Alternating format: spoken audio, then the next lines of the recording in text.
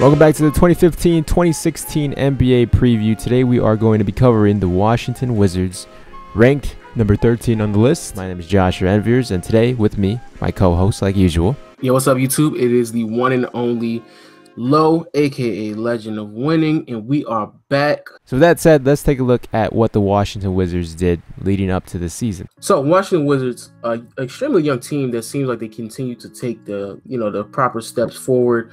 Last year, making a huge step forward and sweeping the Toronto Raptors in the first round, but unfortunately, of course, they fell short. Was that like a huge task to do though? Sweeping the Raptors? Was it a huge task? I mean, I don't want to necessarily say it was a huge task, but it was most definitely a task worth noting. This right here is a team that has a lot of potential with Bradley Beal and John Wall. A lot of people want to say that they have an extremely good backcourt. Some even argue a top 3 backcourt. You know, that's up for debate, but nevertheless, a lot of talent within that backcourt. They've definitely come a long way from Emeka Okafor, Nick Young, and JaVale McGee. So they have applause to the Wizards, you know, and Gilbert Arenas having guns in the locker room. So I like what the Wizards are doing. So with that said, let's take a look at the summer acquisitions by the Washington Wizards. They didn't really acquire that many players. It's almost the same identical team except for minus 1 player and adding 2 more, Jared Dudley and Gary Neal. Not enough talent to replace Paul Pierce and who they lost. Yeah, not really much going on. I think Jared Dudley actually is a pretty solid pickup. Veteran for an extremely young perimeter, but again, not really much being brought in, you know, especially with the lack of Paul Pierce now. So I think they also brought in Allen Anderson. Yeah, they brought in Allen Anderson, but I don't think he's going to get too many minutes in between Bradley Beal and Gary Neal. Yeah. This is going to be something for the Wizards. That's why we have them as the 7th seed in the East, because they didn't really lose much, but at the same time, they didn't really gain much either. And Paul Pierce, although he's old, he was very clutch in the playoffs, and I'm not sure who's going to be that guy in the playoffs this season. They're definitely going to need to be moves. Now, the player who they did draft is Kelly Oubre Jr. out of Kansas, the lefty. I really like this guy. Possible contention for Rookie of the Year right next to D'Angelo Russell. I think he's a sleeper. He definitely is a sleeper because in Kansas, he didn't have his right-hand man, Cliff Alexander. He got suspended, and they weren't able to perform like they wanted to in the NCAA. So does he get here's PT, hoping. though? Does he get playing time? Kelly, I mean, just looking at the rotation, I mean, Jared Dudley's there, but I don't think Gary Neal. Gary Neal is probably going to be playing a lot more shooting guard.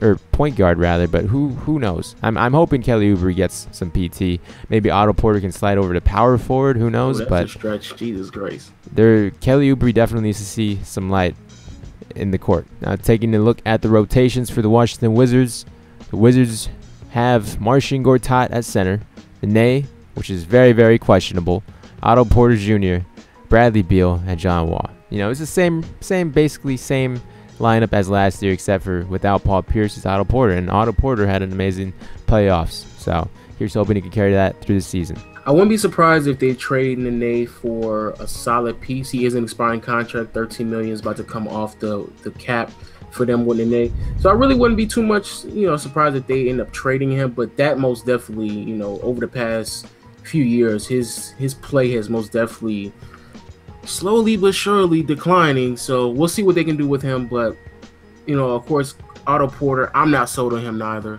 but a lot of people seem to see the potential in him. But outside of that, it is extremely similar. They have 2 very young guys at the small forward position that might be a problem in the NBA in the near future, so watch out for that. As for the reserves, we have Blair coming off the bench, Chris Humphries, which is probably going to be either him or Drew Gooden, Jared Dudley, Gary Neal, and Ramon Sessions. I really do like Drew Gooden.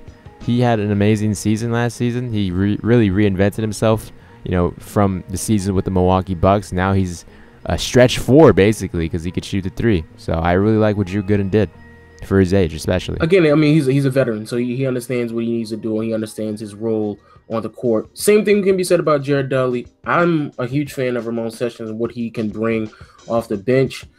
Gary Neal, it's hit or miss with him sometimes. You know, he can be there and be effective or not.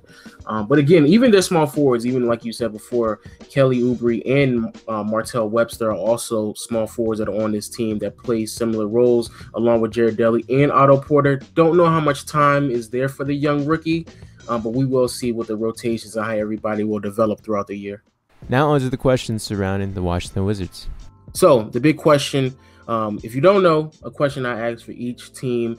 So please leave a comment in the comment section below answering that question. And for the Washington Wizards, it does seem as if they are preparing for this huge lottery in the free agent pool next season. Now, of course, people have been, saving money and putting things aside and really setting up their team to really get players like, LaMarcus Aldridge and Marcus Gasol. But next year it is Kevin Durant. And it does seem like they are setting up for that. So, Josh, do you think they actually have a pretty good swing at Kevin Durant? They have some really nice players that could surround him as well. So, do you think that they are? The only problem if Kevin Durant comes to the Washington Wizards, what is it? They're gonna lose great young guys in Otto Porter, Kelly Oubre. And it's really gonna mess up the chemistry. But to have the second best player in the NBA, that's not that bad if he does decide to come home, apparently, because that's all the rage now in the NBA. All players want to come home, play for their hometown team. So, well, technically, he doesn't have to do a sign and trade. He just has to sign if he wants. I'm pretty sure. I mean, out of respect for OKC, he would do a sign and trade so he doesn't leave them high and dry. But technically, he doesn't have to.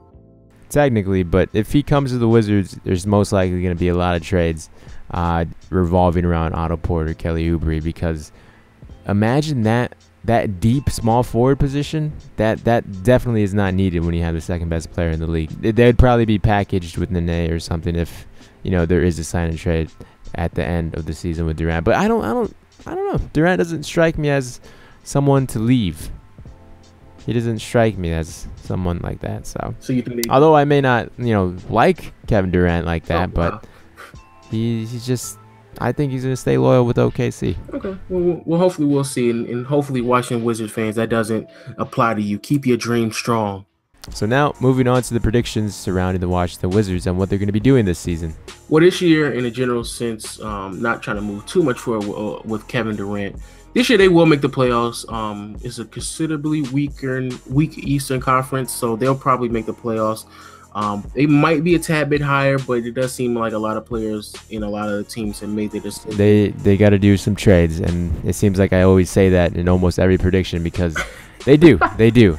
Nene needs to get out of there, or if not, he needs to be coming off the bench, and they need to have a better power forward. So I really do like Marcin Gortat. I like what he does. He may be getting up there in age, but I like what he does. He's the Polish hammer. I don't think they're actually going to trade Nene because I think they want. They should. They definitely should. I think they should, but I think they want to have it expiring so they can sign Kevin Durant. So because Nene's contract expires, I think they'll just keep it. So okay, it'll be one of those. That's a good situation to be in, I guess.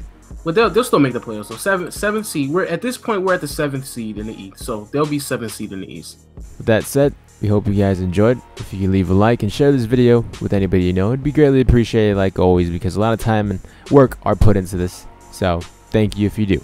Like we always say, man, please share it, please comment, please like, subscribe. I don't think we say subscribe enough. Yo, subscribe to the channel, man. You'll always be updated on the new videos that we will continue to put out. In Josh's channel alone, it speaks for itself. So always subscribe as well, and we will see y'all next time. We're in the playoffs now, so it's gonna not only just get better from now on. So just why not keep watching, yo? So we'll see y'all next time, man. I'll talk to you guys later. Bye guys.